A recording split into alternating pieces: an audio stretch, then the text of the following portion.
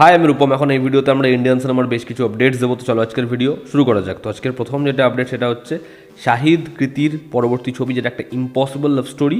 তো সেই ছবির আজকে পোস্টার সমেত টাইটেল রিভিল করা হয়েছে। আমরা 2 মাস আগে এই ছবির টাইটেল কী হতে পারে সেটা একটা ভিডিওতে বলেছিলাম এবং সেটাই হয়েছে। ছবির টাইটেল হচ্ছে তেরি বাতো মে এসে উলঝা জিয়া। এবার এই ছবির যে প্লটটা সেটা হচ্ছে হিউম্যানের সাথে একজন এআই এর লাভ স্টোরি। তো দেখার সেটা কীরকম হয়। এবং এই পোস্টারটায় শাহিদ কাপুর এবং কৃতি দুজনকে দারুণ লাগছে। দেখুন, দুজনই খুব সুন্দর দেখতে এবং যত সময় যাচ্ছে কৃতিকে যেন আরও সুন্দর লাগছে। তো কৃতি এবং শাহিদ দুজনকে ব্যাপক লাগছে, দুজনের কেমিস্ট্রি খুব ভালো হবে আশা করি। তবে এই টাইটেলটা না খুব একটা অ্যাট্রাকটিভ নয়।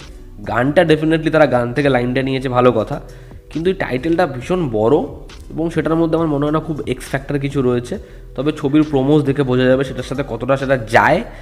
আর এই যে সাবজেক্টটা সেটার জন্য আমি খুব এক্সাইটেড। ছবিটা আসছে ভ্যালেন্টাইন্স উইকেন্ডে 2024-এ 9 ফেব্রুয়ারি। তো রিলিজের টাইমটা খুব ভালো, সেই সময় লোকে কিন্তু রোম্যান্টিক ছবি দেখতে চায়।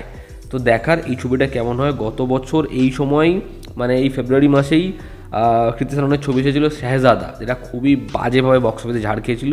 দেখার এই ছবিটা কি হয়। রাউডি রাঠোর 2 নিয়ে আজকের পরবর্তী আপডেট। পা রঞ্জিত অর্থাৎ যিনি থাঙ্গালান বানাচ্ছেন সেই পরিচালক রাউডি রাঠোর 2 ডেট করতে চলেছে এবং সাবিনা খান আর সঞ্জয় লীলা ভনসালি তারা জয়েন্টলি এই ছবিটা প্রডিউস করতে চলেছে। এবং আমরা জানি কে বিজেন্দ্র প্রসাদ সেই ছবিটার গল্প লিখবে। তো টিম তো দারুণ। এবার দেখার অক্ষয় কুমারই থাকে না পরবর্তী সময় তাকে কেউ রিপ্লেস করে, কারণ বহু আগে শোনা গেছিলো যে অক্ষয় হয়তো মেবি এই ছবিটার পার্ট হবে না।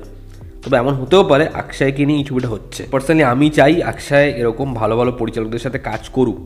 তো দেখার, যদি পা রঞ্জিত এই ছবিটা পরিচালনা করেন তিনি কীরকমভাবে এই ছবিটাকে ডিজাইন করেন। তার কারণ তিনি কালা হোক বা কাবালি হোক সেই ছবিগুলো যখন খুব বড় স্টারদের নিয়ে বানিয়েছেন, হেভি কিছু বানাতে পারেননি।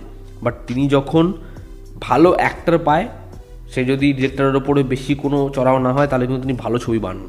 আজকের পরবর্তী যেটা আপডেট সেটা হচ্ছে শ্রীজিৎ মুখার্জির পরবর্তী ছবি টেক্কা, যেটা দেবের প্রোডাকশন হাউস থেকে আসছে এবং দেব সেখানে মুখ্য চরিত্র রয়েছে।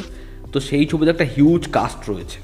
সেই ছবিতে টোটাল রয় চৌধুরী রয়েছে, পরাণ বন্দ্যোপাধ্যায় রয়েছে, রুক্মিণী রয়েছে, স্বস্তিকা মুখার্জি রয়েছে এবং কয়েকদিন আগে যে পোস্টারটা এসেছিল সেটা তো ব্যাপক ছিল।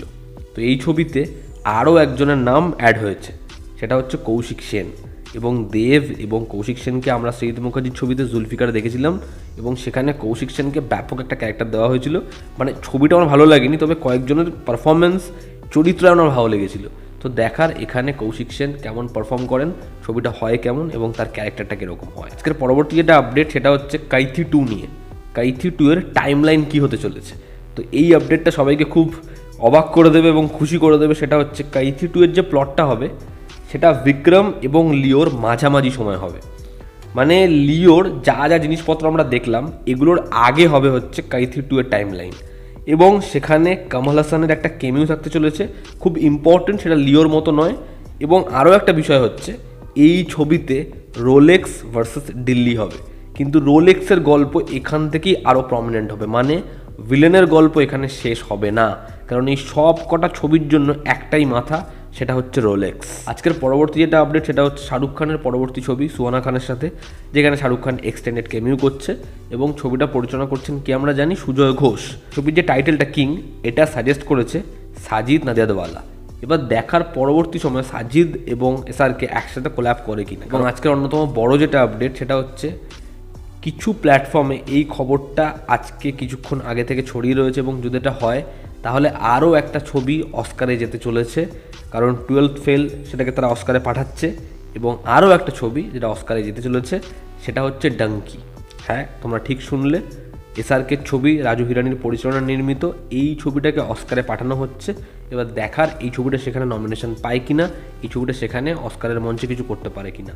তবে হ্যাঁ, ডাঙ্কি ছবিটাকে অস্কারে পাঠানো হচ্ছে, এটাই আজকের অন্যতম বড় আপডেট। এবং এসআরকের স্বদেশ এবং পহেলির পরে এটা 3 নম্বর ছবি যেটা অস্কারে যাচ্ছে। তো এই ছিল আজকের লেটেস্ট আপডেটস। ভালো লেগে থাকলে লাইক করো, শেয়ার করো, সাবস্ক্রাইব করো। তোমাদের কি অপিনিয়ন জানিও, জনতা আমাদের পাশে আছে।